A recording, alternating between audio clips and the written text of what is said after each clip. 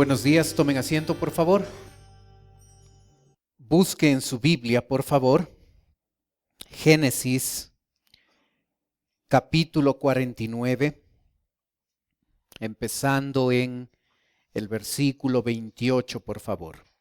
Génesis 49, versículo 28. Como usted puede ver en la parte central del boletín que recibió a la entrada, la pregunta que queremos contestar esta mañana es si estamos preparados para la muerte. Empezando en el versículo 28, vamos a ver ciertos principios que nos ayudan a contestar esta pregunta. Entreguemos este tiempo al Señor. Oremos.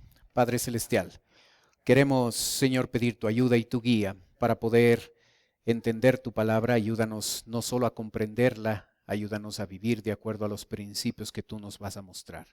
Pedimos tu bendición. Oramos, Señor, en el nombre de Cristo Jesús. Amén.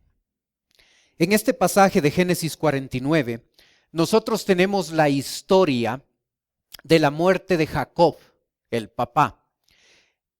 Vamos a contestar la pregunta de cómo debemos nosotros prepararnos para la muerte. No estamos hablando de cómo nosotros, cuando lleguemos a morirnos, debemos prepararnos, sino más bien vamos a observar cómo nosotros podemos llegar a enfrentar la muerte de otra persona, de un familiar, de un ser querido, y cómo hacerlo de acuerdo a la perspectiva correcta.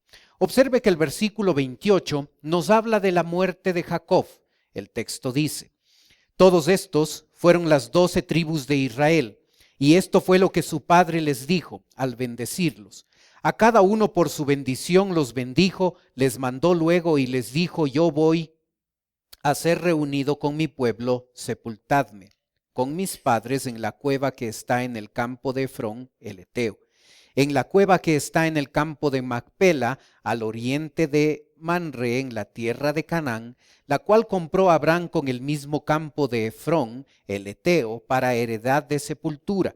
Así sepultaron a Abraham y a Sara su mujer, así sepultaron a Isaac y a Rebeca su mujer, allí también sepulté yo a Lea.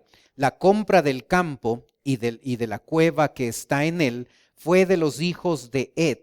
Y cuando acabó Jacob de dar mandamientos a sus hijos, encogió sus pies en la cama y expiró y fue reunido con sus padres. Estas son las últimas palabras de Jacob. Por la edad de Jacob era bastante previsible concluir que le quedaba poco tiempo de vida.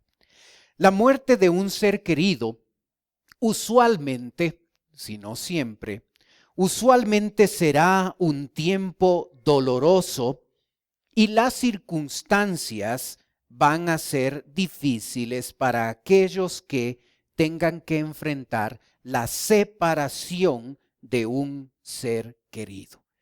Esta historia que vamos a continuar leyendo nos va a ayudar a nosotros a tener ciertos principios para poder enfrentar la muerte de un ser querido de manera adecuada, de manera correcta. Observe la sepultura de Jacob. Empezando en el versículo 33, nosotros podemos ver cuando acabó Jacob de dar mandamientos a sus hijos, encogió sus pies en la cama y expiró y fue reunido con sus padres. Observe la muerte de este hombre. La frase importante aquí es esa que dice, fue reunido con sus padres. Si usted se fijó, la sepultura de Jacob no iba a ser realizada en Egipto donde se encontraban. La sepultura de Jacob, por pedido de Jacob a su hijo José, iba a ser realizada en Canaán. Así es que faltaban algunos días, faltaba algún tiempo todavía para que transporten el cadáver de Jacob y lleguen a enterrarlo en la cueva de Macpela, allá en Canaán, como era su deseo.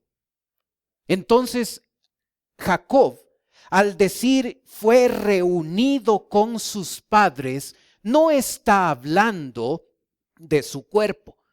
No está hablando de ocupar el mismo lugar de sepultura que sus antepasados Abraham y ellos habían tenido. No está hablando de eso, porque faltan todavía días para que eso llegue a suceder. Están todavía en Egipto, todavía no han viajado a Canaán. Pero él ya dice, fue reunido con sus padres. No está hablando de su cuerpo, está hablando de su alma. Así es que mientras para usted y para mí la pérdida de un ser querido representa la separación, al mismo tiempo esa separación representa para la persona que fallece, si ésta es cristiana, representa para esa persona la reunión con Dios y la reunión con todos sus familiares que han muerto siendo creyentes. Observa, para nosotros en el momento en que un creyente, un ser querido muere, significa separación. Y esa es la razón principal de por qué nos duele, de por qué nos afecta la muerte de un ser querido. Pero debemos darnos cuenta que para enfrentar una situación difícil como estas, debemos recordar que a más de ser una separación de nosotros, también es la unión de esa persona, el reencuentro de esa persona con sus antepasados que son cristianos, y principalmente la reunión de ese creyente con Dios. Cuando yo pienso que la muerte para nosotros, para el creyente, no es el final, entonces mentalmente me estoy preparando para enfrentar la pérdida de ese ser querido. La muerte es parte de la vida, es parte de la vida. Y cuando yo entiendo ese concepto, voy a poder enfrentar un momento difícil con una mejor actitud, con una mejor perspectiva. Recuerde, cuando un ser querido, cuando un creyente muere, se separa de nosotros y produce dolor. Pero eso no es toda la verdad. Toda la verdad es el hecho de que esa separación también implica que ese creyente que fallece se está uniendo a otros creyentes y se está uniendo principalmente a su Creador. Esa persona que muere se está reuniendo con Dios. La muerte no es el fin. El gran problema es que la mayoría de nosotros llegamos a pensar que como una muestra de cariño, una muestra de afecto, no tenemos ningún problema de llegar a utilizar los recursos y llegar a utilizar técnicas costosas a través de las cuales nosotros queremos prolongar, no la vida, prolongar la agonía. Y eso es un problema. Y a veces familias se reúnen y cuando ya saben que la persona no está viva, no, estamos prolongando la agonía y hay que desconectar la máquina, es un conflicto familiar porque muchos piensan, no, pero es que ¿cómo vamos a quitarle la vida? ¿Cómo vamos a tomar esa decisión? ¿Cómo vamos a hacer eso? Nos sentimos como culpables o responsables de tomar una decisión así. Sí sabe dónde esa persona va a ir. Si es creyente, va al cielo. No es pérdida la muerte. Aunque parezca, aunque lo sintamos así, aunque experimentemos la separación. Recuerde, la muerte no es pérdida, es ganancia. Hace algunos meses reuní a mi familia, a mi madre y a mis hermanas.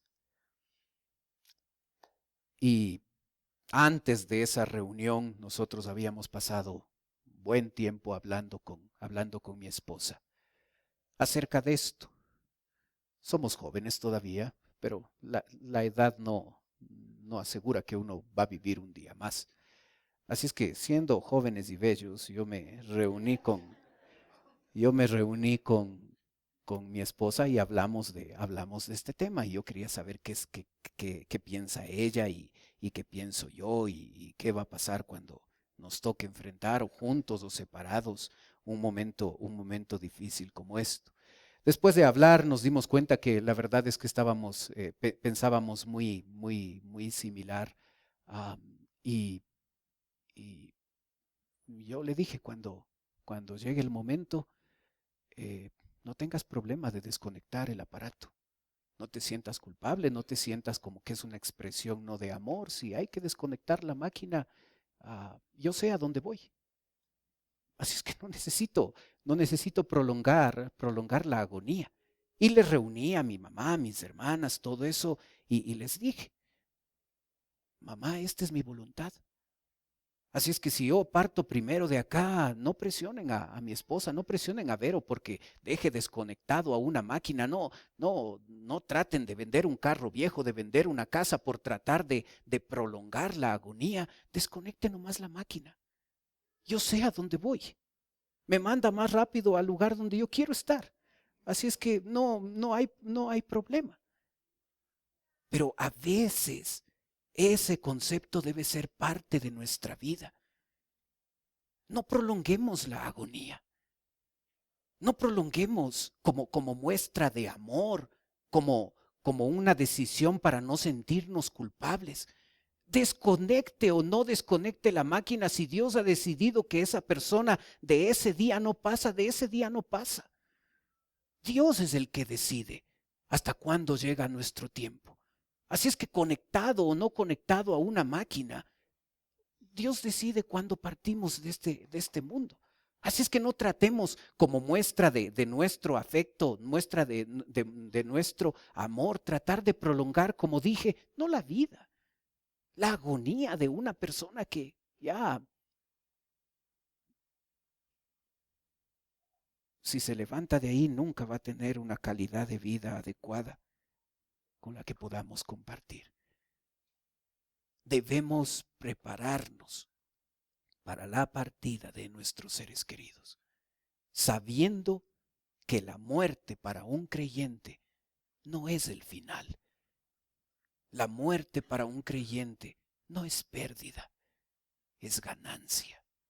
Y cuando uno entiende esto, se prepara de mejor manera para enfrentar, obviamente, un tremendo dolor, un tremendo sufrimiento al observar que una persona se separa de nosotros.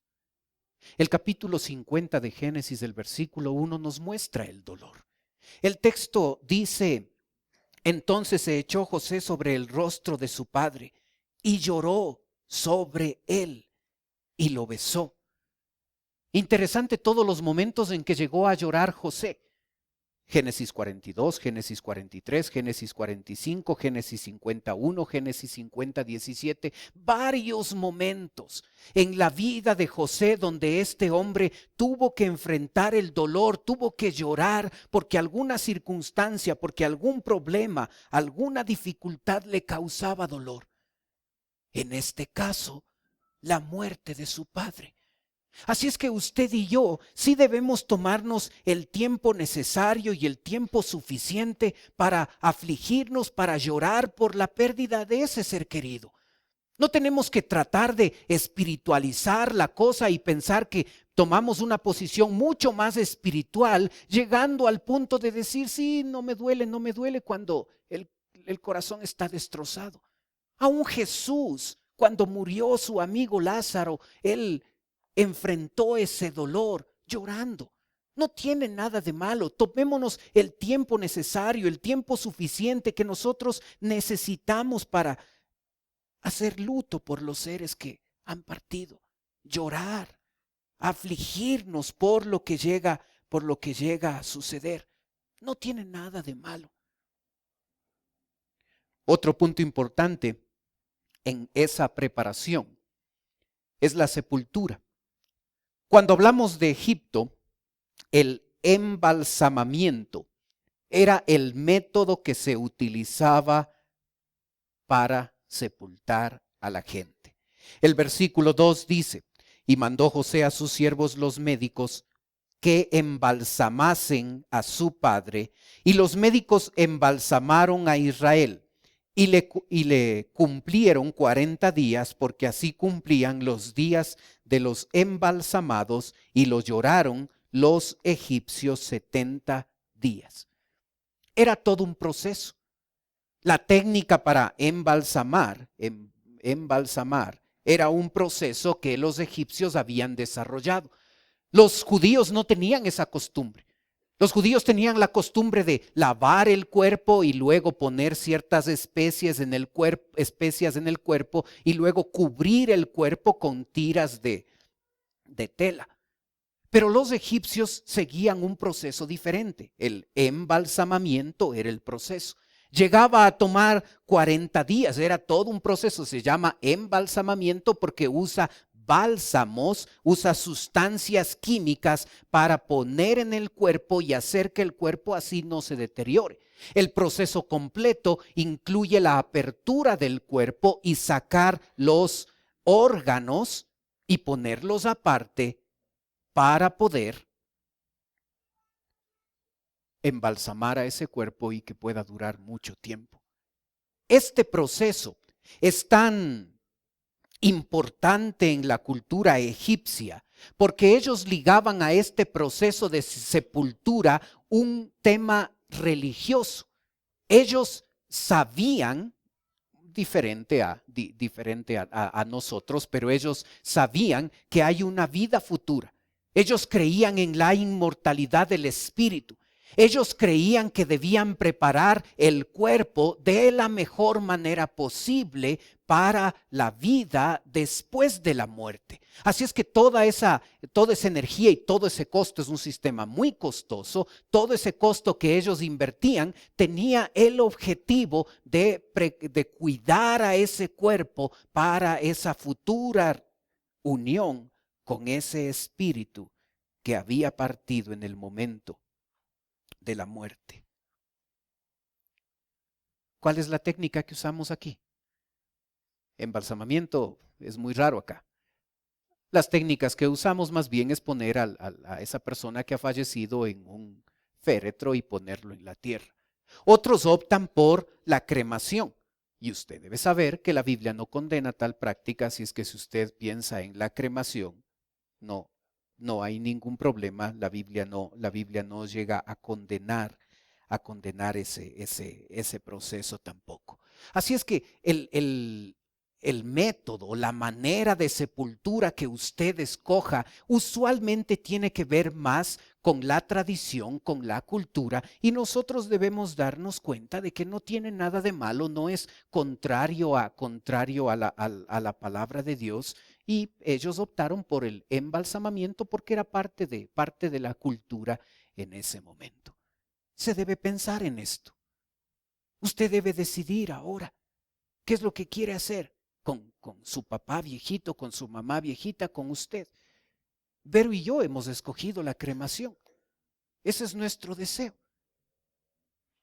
Sí, usted debe escoger en oración, con seguridad, con convicción, estos temas. No debe sorprenderle esto. No debe ser un momento donde un ser querido fallece y ahí recién usted se pone a ver, se pone a planificar, se pone a observar y la plata y las cosas y lo que necesito y qué hacemos y qué haré. Y debe ser algo ahora que estamos vivos. Debemos pensar en nosotros, debemos pensar en nuestros padres ancianos, debemos pensar en nuestros seres queridos. ¿Cómo vamos a enfrentar una circunstancia? La ignorancia, la falta de preparación se suma en esos momentos al dolor que uno siente por la partida de un ser querido. Es mejor tener planificado de antemano lo que vamos a hacer. Es mejor guardar ciertos recursos para ese momento. Debemos aprender a planificar con sabiduría. El versículo 4 nos habla de una promesa. El texto dice: y pasados los días de su luto, Habló José a los de la casa de Faraón diciendo: si he hallado ahora gracia en vuestros ojos, os ruego que habléis en oídos de Faraón diciendo: mi padre me hizo jurar diciendo: he aquí que voy a morir en el sepulcro que cavé para mí en la tierra de Canaán, allí me sepultarás. Ruego pues que vaya yo ahora y sepulte a mi padre y volveré. ¿Se da cuenta lo que está haciendo José? Está cumpliendo la promesa que le había hecho a su padre. Y hermano, debemos tener mucho cuidado de las promesas que nosotros llegamos a hacer a esas personas que están por partir de esta tierra. A veces cuando nos reunimos a ellos pueden pedirnos ciertas cosas. No debemos dejar que el dolor, el sufrimiento que estamos sintiendo nos lleve al punto de hacer una promesa contraria a la palabra de Dios. No debemos llegar a hacer una promesa que no vamos a cumplir y que solo dijimos por tratar de menguar el dolor de esa persona que está falleciendo. Debemos ser responsables con nuestros labios. No prometamos algo que no vamos a cumplir. No prometamos algo que es contrario a la palabra de Dios. Tengamos cuidado de no pecar con nuestros labios. José había prometido a su padre que le iba a sepultar en Canaán. Y ahora es el momento, pasando los días de luto, que José se acerca a su jefe, el faraón, y acercándose a él le dice: necesito permiso, necesito ir a enterrar a mi padre Jacob en Canaán. Seamos muy cuidadosos de las promesas que hacemos a esas personas, a esos seres queridos que están por partir de esta tierra. Otro elemento que podemos ver es el consuelo y el apoyo que recibieron este grupo de israelitas. El versículo 3 dice: y se cumplieron 40 días, porque así cumplían los días de los embalsamados, y los lloraron los egipcios 70 días. El máximo tiempo que uno llegaba a llorar a una persona era llorar por el faraón. Por el faraón se llegaba a llorar 72 días. Era lo máximo que se lloraba, mostrando el respeto y el amor y el cariño que se tenía por ese faraón. 72 días. Así es que el hecho de que los egipcios hayan llorado 70 días por la muerte de Jacob nos muestra a nosotros el cariño y el aprecio no solo que le tenían a José por ser un tremendo trabajador ahí en Egipto, sino también el aprecio y el cariño que en esos 17 años que Jacob había permanecido en Egipto se había ganado. Le apreciaban. Y los egipcios lloraron la muerte de este hombre. El versículo 6 nos dice: y Faraón dijo: ve y sepulta a tu padre como él te hizo jurar.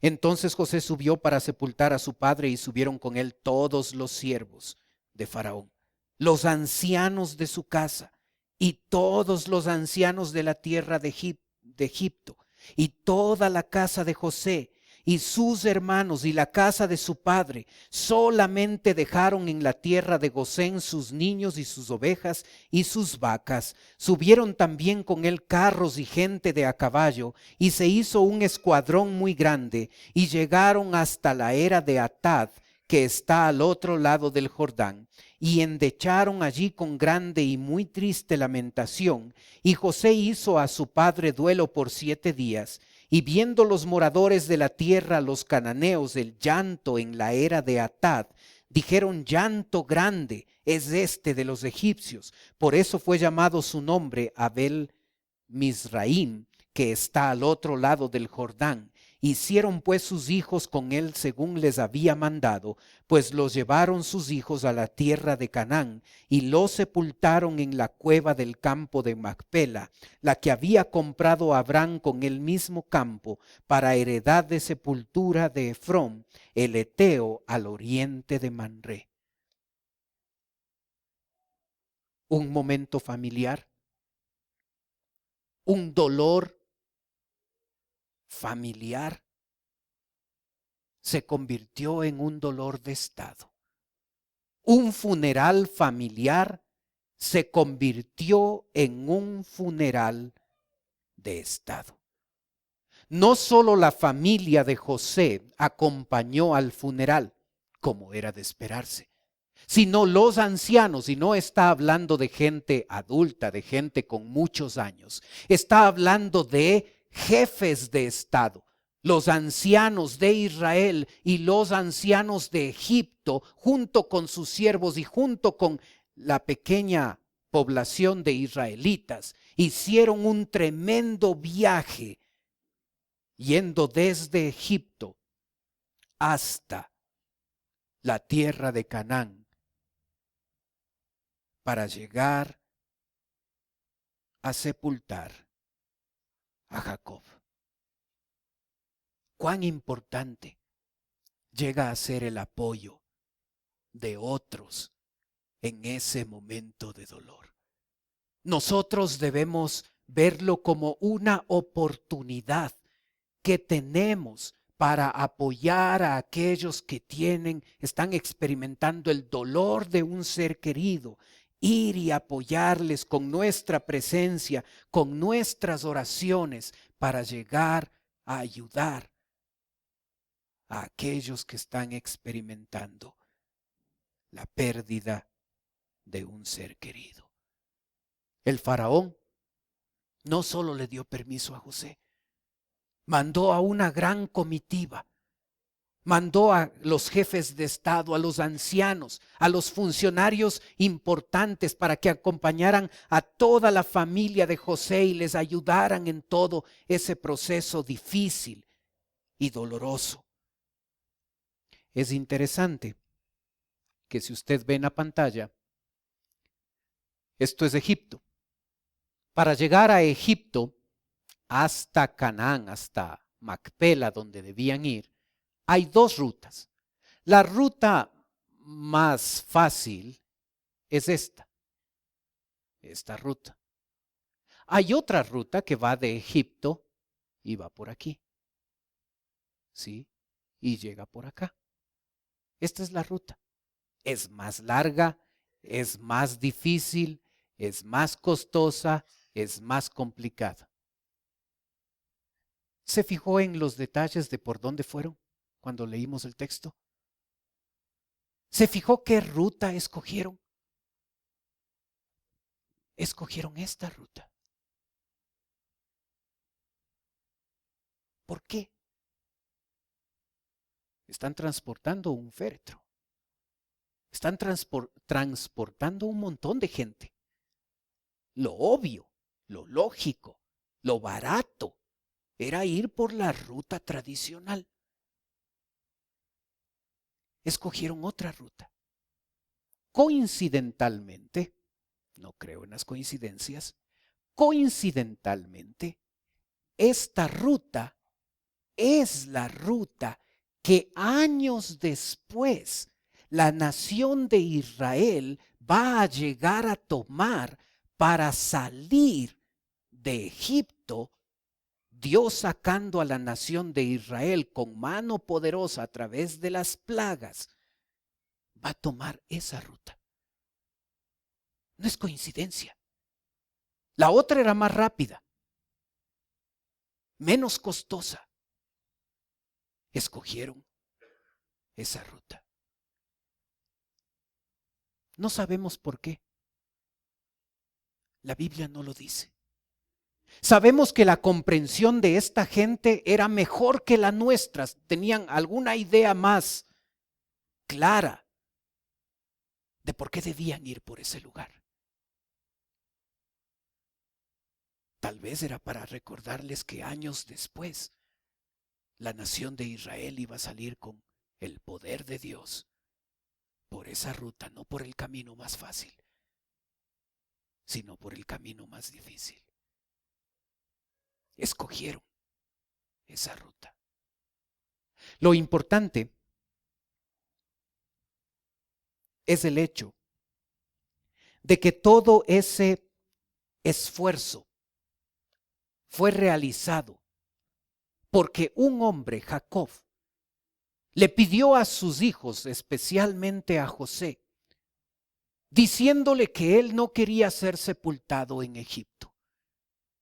Él quería ser sepultado en Canaán, la tierra prometida.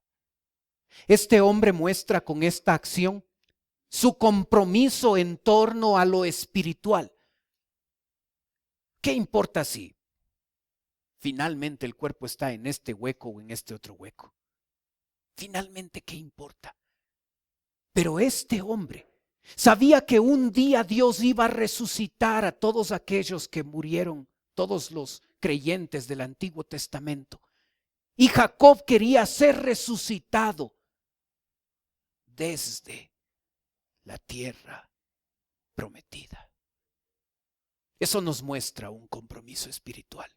Cuando recordamos a Jacob, podemos recordar todas las acciones equivocadas, incorrectas que a lo largo de su vida hizo. Pero este hombre quería ser recordado por algo mucho más significativo. Lo espiritual es importante en mi vida. Lo espiritual es importante después de mi vida. Aun cuando me muero, es tan importante lo espiritual que José, yo necesito que tú me sepultes en Canaán, en la tierra que Dios ha dado para nosotros. ¿Por qué van a ser recordados nuestros seres queridos cuando partan de este mundo? Lo espiritual debería ser el recuerdo. Lo espiritual debería ser lo que nos viene a la mente. ¿Se ha dado cuenta que no hay muerto malo? Puede ser un desgraciado. Y no es mala palabra, desgraciado significa una persona que no tiene gracia.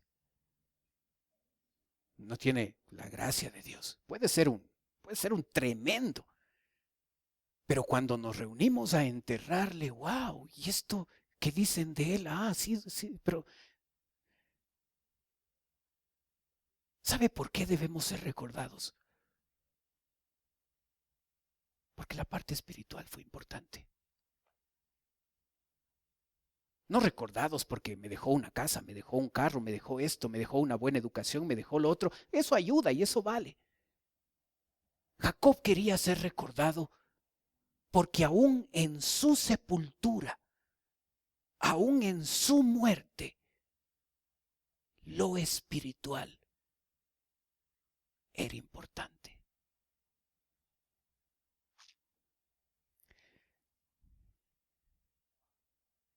Versículo 14 nos muestra la última lección que nosotros debemos aprender. Y volvió José a Egipto, él y sus hermanos, y todos los que subieron con él a sepultar a su padre después que lo hubo sepultado. José pidió permiso a su jefe, Faraón, y le dijo: necesito cierta cantidad de tiempo para ir a sepultar a mi padre. Y cuando todo estuvo concluido, este hombre regresa nuevamente a Egipto y cumple la función de gobernador que tenía. 54 años más va a estar José en Egipto hasta el día de su muerte. ¿Sabe lo que nos enseña eso? Que la vida continúa. Y sabe, uno de los problemas cuando nosotros no nos preparamos adecuadamente para la partida de un ser querido es que el dolor llega a ser tan extremo, llega a ser tan nefasto, llega a ser tan grande que para nosotros a veces se acabó la vida.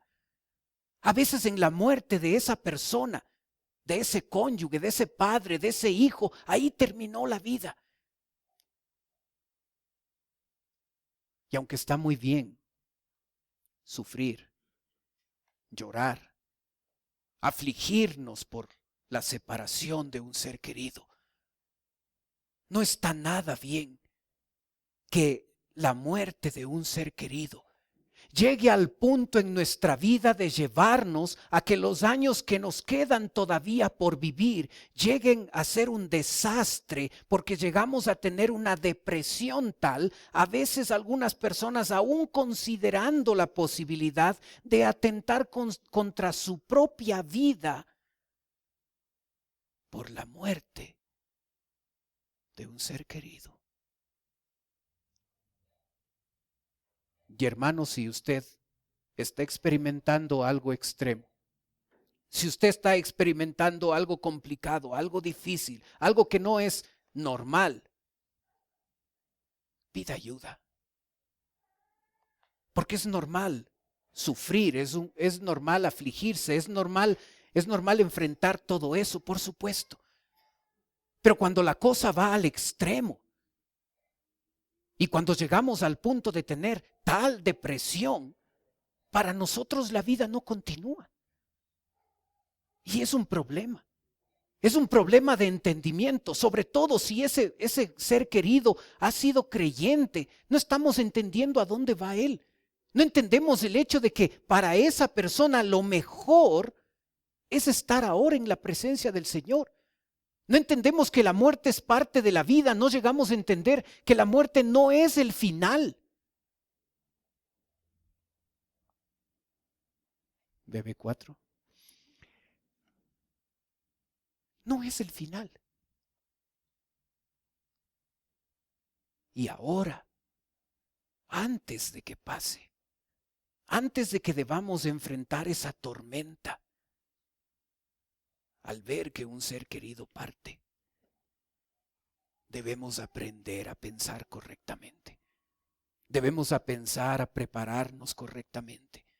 Debemos aprender a tomar decisiones ahora. La muerte no es el final. La muerte no es pérdida para el creyente. La muerte es ganancia. Y cuando yo tengo ese tema muy claro, puedo enfrentar un momento de dolor con una perspectiva diferente. Hermano, la vida continúa. Hay que llorar lo que se tiene que llorar. Hay que sufrir lo que se tiene que sufrir. Pero debe haber un final en eso. Debe haber un momento donde ya he llorado, me he afligido todo lo que debo afligirme. Y la vida continúa. 54 años. José continuó con su vida, siendo gobernador de Egipto. Preparémonos adecuadamente, preparémonos bíblicamente, preparémonos correctamente para cuando nos toque enfrentar la partida de un ser querido, lo hagamos bien. Oremos.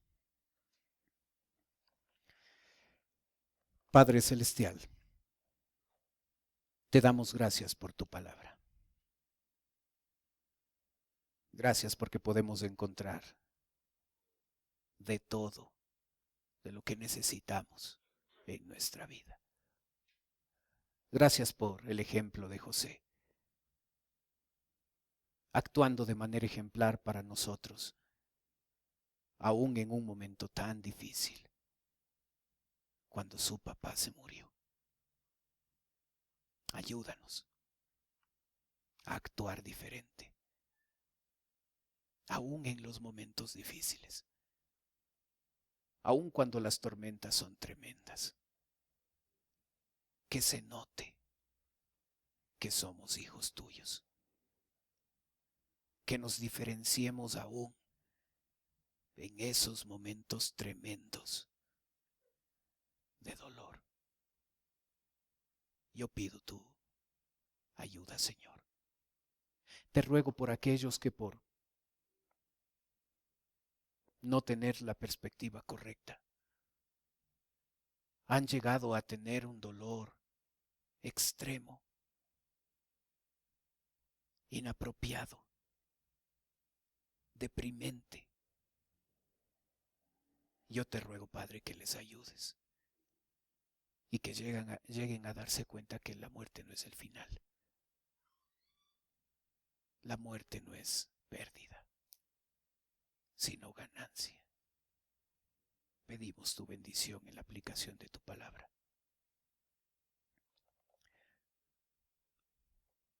Mientras usted mantiene sus ojos cerrados, por favor. Puede ser que esta mañana nos está visitando alguien que viene por primera vez.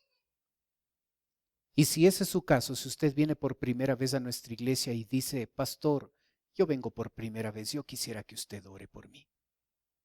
Mientras los demás tienen sus ojos cerrados, usted puede, si viene por primera vez, usted puede levantar un ratito su mano, solo yo estoy mirando. Gracias, veo su mano. Si usted necesita oración, veo su mano también, bájela nomás. ¿Alguien más? Veo su mano al fondo. ¿Alguien más? Veo su mano también. Sabe, para las personas que nos visitan, en un ratito yo voy a orar por usted, como le dije. Quisiera ofrecerle algo más, totalmente voluntario. No se sienta obligada, no se sienta obligado, no se sienta presionado. Pero si usted desea, usted en este momento puede tomar sus cosas y puede pasar a la parte de abajo donde estoy yo. Si usted lo hace, una persona de nuestra iglesia se va a acercar. Le va a llevar a otro lugar privado y en ese lugar va a conversar un momento con usted. Los demás están teniendo sus ojos cerrados para que no le dé recelo, no le dé vergüenza de pasar. Pero si desea pasar, en este momento, con toda confianza, venga. Denos la oportunidad de conversar un momentito con usted. Si no quiere hacerlo, está bien, pero si desea hacerlo con toda confianza, siéntase en la libertad.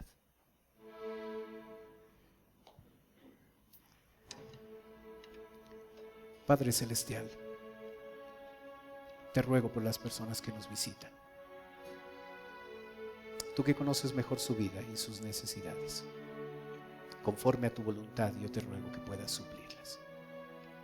Te ruego de manera especial por su salvación, si todavía ellos no han puesto su fe en Jesucristo. Señor, que hoy sea el día. Te pido, Padre, por nosotros tus hijos. Ayúdanos a caminar siempre, recordando que tú eres nuestro buen pastor, que tú nos ayudas, que tú nos guías y que tú nos vas a dar la fortaleza suficiente si nos toca enfrentar una circunstancia difícil, como es la partida de un ser querido. Ayúdanos a experimentar la realidad de que tú eres el buen pastor, de que tú estás ahí, cogido de nuestra mano, aún en los momentos más difíciles, aún en las tormentas más grandes que tengamos que enfrentar. Pedimos tu bendición. Oramos en el nombre de Cristo Jesús. Amén. Puestos de pie, cantemos, por favor.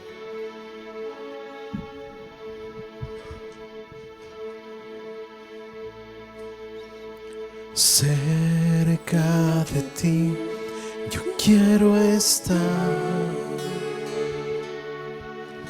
para escuchar tu voz y aprender de ti. Quiero ser un reflejo de tu amor. Quiero vivir solo en tu voluntad, Jesús. Eres mi buen pastor, tú conoces mi camino. Jesús, puedo confiar en ti. Oh, mi Dios, me rindo. Cerca de ti yo quiero estar para escuchar tu voz y aprender de ti. Quiero ser un reflejo de tu amor. Quiero vivir solo en tu voluntad, Jesús. Eres mi buen pastor, tú conoces mi camino. Jesús, puedo confiar en ti. Oh, mi Dios, me rindo. Cerca de ti, cerca de ti, yo quiero estar para escuchar tu voz y aprender de ti. Quiero ser un reflejo de tu amor. Quiero vivir solo en tu voluntad, Jesús. Eres mi buen pastor, tú conoces mi camino. Jesús, puedo confiar en ti. Oh, mi Dios, me rindo. Y Jesús, eres mi buen pastor. Jesús, eres mi buen pastor, tú conoces mi camino. Jesús, puedo confiar en ti. Oh, mi Dios, me rindo. Oh, mi Dios, me rindo.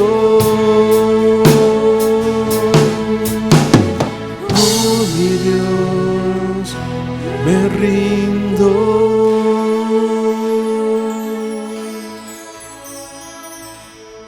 Amén.